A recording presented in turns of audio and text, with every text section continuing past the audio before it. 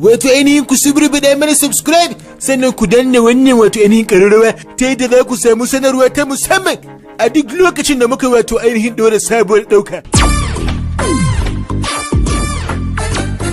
Fito bakon nan ya shigo mana. Mai gidana ba zai fito bane sai lokacin rashin sa'a ya fece.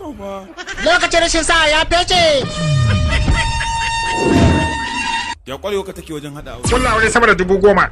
A shekara biyar so nake da kulla 100,000. Ta yadda zan shiga kundin bajinta da Guinness Book of Record. Kafin ka ci gaba da bayani, fara cin wannan abincin tukun.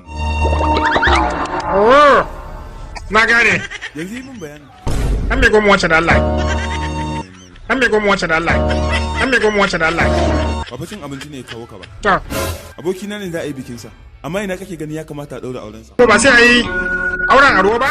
Kogin Bengal ya yi? Ko ce kun ba safe? Irin shiri ta kake yi ne, aure fa abu kake cewa. To ma nemi wani zaɓin da ya fi waɗannan. Shi ne abin da ya fi.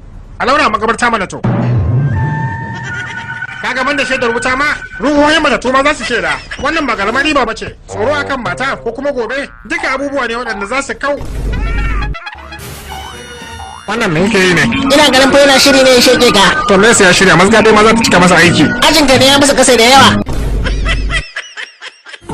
A lokacin da muka yi wani kafce da kai me yasa kai min barazana? Haka ne fa kafce ne a shi, na manta ne. Kuma wai akwai wasu maganganun da kake so da ga. Ba wani abu da yawa bane. Waya ne kana magana ba a cikin farin ciki. Farin ciki, duk wannan batun ya kai yanzu.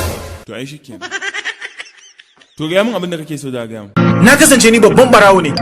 Na faɗa na ƙara faɗa. Kako me ya shiga tunaninka? A kore yaushe tunanina yadda zan saci wani abu amma ba ta ka take wajen sa. Cikin minti 5 zan iya saci koma me. Ka saki baki kana ta yin magana baka san sun ga me yana nan ba ko? Nisa ne wannan bayanin. Kai co. Aikinmu shine mu kama masu laifi. Gaskiya ne. Wurin yin haka ba iko ko matsayi kake bukata ba, zarra kake bukata. Da abin da ya rage za a yi kawai ka sa a tafi da shi.